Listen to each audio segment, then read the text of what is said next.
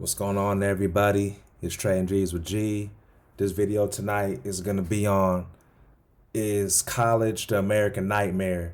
You seen the thumbnail before you clicked on the video.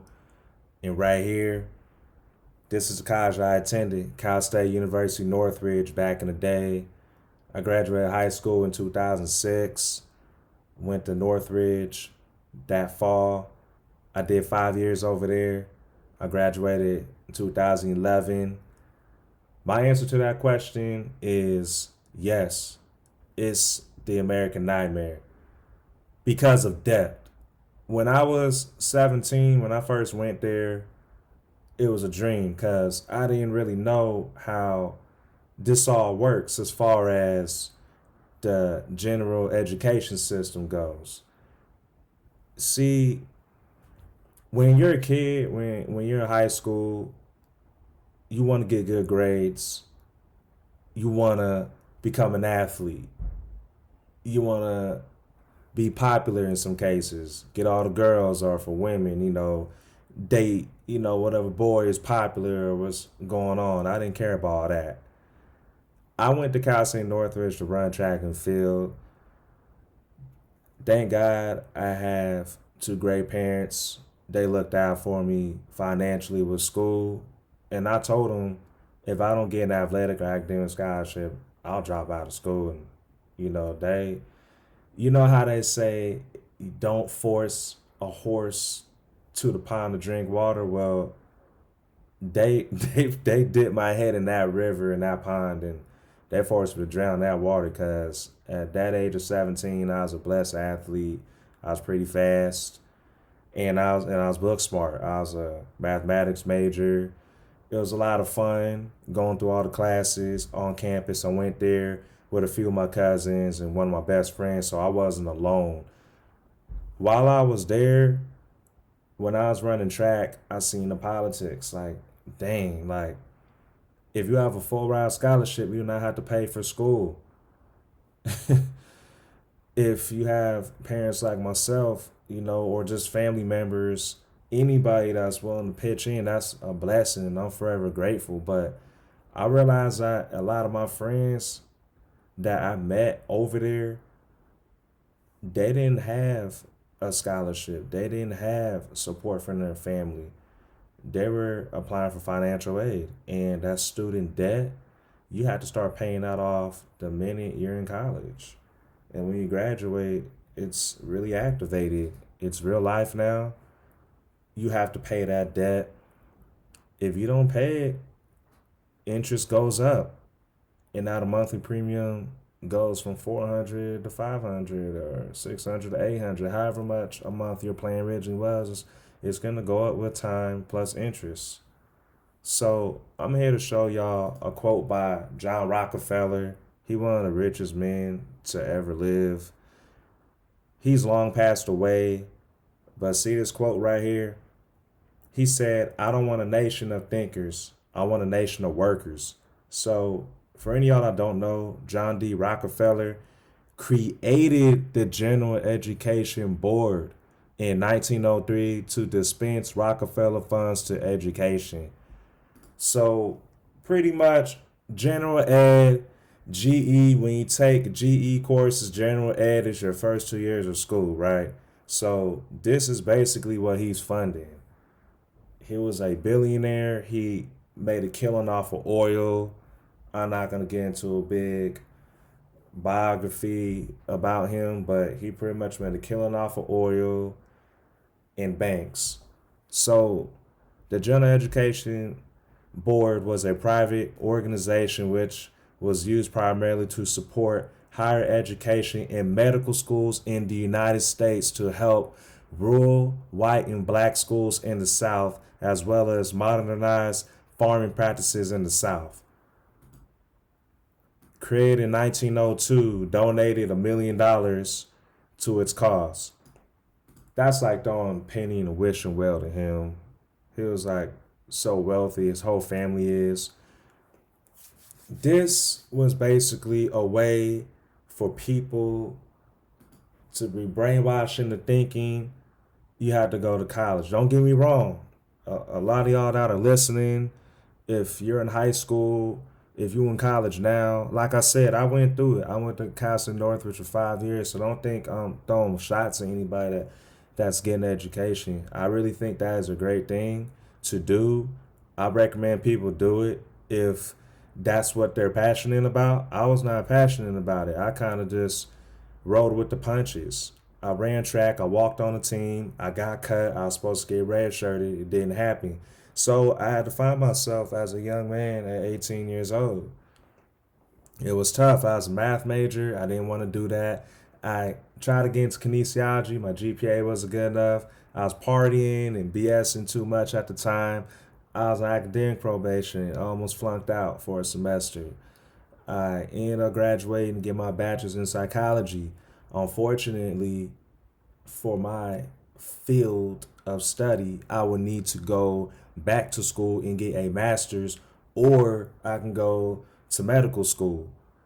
And there's a lot of people who have different degrees and different majors. People can go to law school, right? Or you can get two masters. You can go and get another bachelor. You can get a minor. There's a lot of things you can do. But why don't they tell us about the hidden gem, which is the New York Stock Exchange, aka the stock market, the US stock market?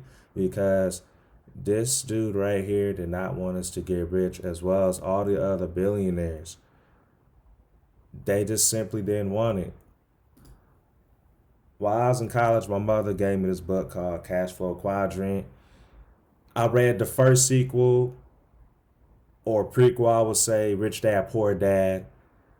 They both have this cash flow quadrant. And what this man right here, he's a billionaire himself.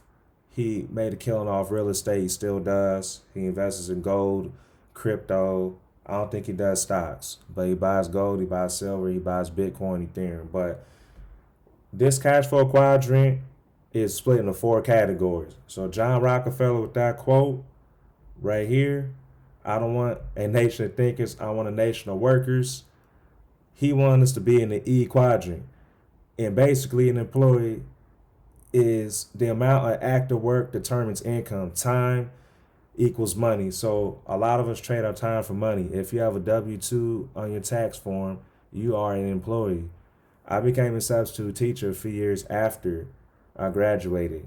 My university did not help me get that. An old retired teacher that my father's co-worker's husband, he's the one that told me about this. And my uncle on my mother's side of the family told me the same thing. So I applied to be a substitute teacher. I stay on to this day. That's one of my jobs. I'm gonna get into that in another video. I am self-employed. I'm not stuck in the 9 to 5 system. I had a lot of jobs before I became a substitute teacher. For about 2 years, I could not find a job after college unless it was 9 to 5. It wasn't gonna be nothing with a bachelor's. So I'm self-employed, and that is the amount of active work determines income as well. But you're trading your time for money under your own will. So as a substitute teacher and with my other job, I can clock in and out of work anytime I want. I don't have to work Monday through Friday. I can go to one school the next day. I can go to a high school Tuesday. I could take Wednesday off. I can pretty much pick whatever classes I see on the website or on the app, or I can get called in, and it is my free will to work. But if I don't work, I don't get paid. So John Rockefeller, with that quote, didn't even want us to be self-employed. But what he is a business owner. Like I said, he made a killing off of oil and the gas and all that stuff in the banks. So a business owner, as you know, income that does not depend on active work. Employees equal money. So that's why he hate people like me, because back in the day, a lot of people, like in the 2000s, I grew up in the 90s and 2000s, we were taught just to work, just to do things, especially before I was born. Generation X, the baby boomers, they were just told to shut up and work, shut up and dribble. You get what I mean? So this man used to work. Like I said, everybody starts from the bottom, but I ain't gonna get in all that. What a lot of these millionaires, billionaires have been doing is building their own businesses and having people work for them. And last but not least, the I quadrant, the investor. This is what I'm doing with my channel. Obviously, trade options, long term growth stocks as well as dividend stocks. And investor income does not depend on active work. So literally, you make your money work for you. You don't need employees, and you don't trade your time for money. You put money into a stock, a crypto. You could buy shares of a business. You could buy a house, whatever it is. You purchase something, it grows over time. You can even get compound interest if you have bonds or if you have dividend stocks. So what the 1% is doing, they're on the right side of this quadrant. They are business owners and investors. Myself, I have my own little thing going with business. Like I said, I'm gonna get into all that. I'm self-employed, so I'm all for these, but I'm not wealthy. I'm really in this category. I'm here and here. I just got to the B. But what I'm trying to show y'all is that if you don't want to go to college, go to trade school. I've gone to trade school. I'm gonna give y'all some numbers real quick. So, with average student debt loan, this is by Forbes. This article came out this year, last month in April. And as you can see right here, by race and gender, it's just really crazy. A lot more women have been pushed to get a job. The whole hypergamy thing, the feminism movement. And what they're not realizing is that they're going to be in so much debt, and a lot of them aren't really trying to get a job like a man. A lot of them are trying to prove a man wrong. And as far as the men goes, a lot more men are in less student don't let because debt. I mean, because a lot of us are not really trying to work like that no more for a company that's gonna throw minimum wage at us or barely give us any raises. We're never gonna be millionaires. You're never gonna make half a million out of no job going to college and getting out. Sure, you can go to medical school, become a doctor or an RN, work 10, 20, 30 years and eventually make 140,000 or 250, 300,000, but all that debt's gonna come back to bite you into the you know what. So by race, 50% of black adults have student loan debt, average of 9,800. 44% of Caucasian adults have student loan debt, the average amount of 8,700. For Latinos, I'm half of that. I'm half Panamanian. They're in student debt 7,000. So it's tough, like, for us minorities to really like afford college. Like, you know what I'm saying? Like, my dad wasn't no rich man back then. He was doing enough to get by.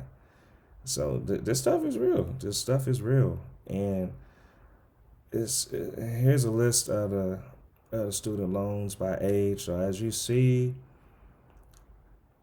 can see, they're trying to get us in debt forever, man.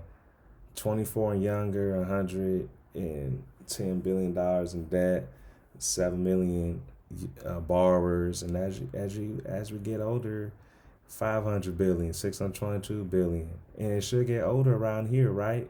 50 to 61, only 282 billion, and then 62 and older, because as you get older, you should be in the prime of your life getting money. But when you're in your 20s or 30s, even to the 40s, it's hard to really get that money, man, to live that dream life you want. This is ugly, man. This is ugly. And here's some more numbers. This came on dep.org back in December of last year. 20% of American adults have undergrad student loan debt. 7% of American adults have postgraduate student loan debt. 58% of adults 18 to 29 years old have student loan debt. So we're never gonna ever have the American dream because this accumulates to credit card debt. This accumulates to auto loan debt with our cars, right? Mortgage loan debt. So All this debt after you get out of college. You have to pay for your student loans. You have to pay for your auto unless you got cash to buy a car, which is a bad investment, by the way. With a mortgage, you're gonna be on a 15 or 30-year fixed rate, and hopefully you can afford your car and your house because, as you know, inflation is here. So a lot of people are suffering. They're check to check. They don't have no savings, and we're gonna work until the day we die unless we do something different. Last Wednesday, Biden canceled 7.7 billion student loan debt for 160, 500,000 people. Basically, us, the taxpayers, are going to pay money into all of that. So there's nothing really free. You know what I'm saying? In conclusion, we the people have to get on this side. We have to become business owners and investors. Over here, we are basically new slaves. We're just not enslaved anymore. We have to work for money in order to survive. And this is why I had this channel. I'm here to expose the real. I want people to grow generational wealth. I want people to learn how to invest into the stock market. I want people to learn how to do trade options. People need to get their head out of the rear ends and stop playing victim. I'm not rich. I'm doing something about it. I got out of nine to five rat race 10 years ago, and being on the left side of quadrant is not enough. That's why I started investing in stocks and crypto, and I'm doing trade options. That's why I opened up my own business on the side. I want to get rid of my subbing and eventually my other job. And like I said, it takes time. But yeah, like, share, subscribe. You know, subscribe to my channel. People need to know this. Spread the word. But until next time, it's your boy Train G's with G.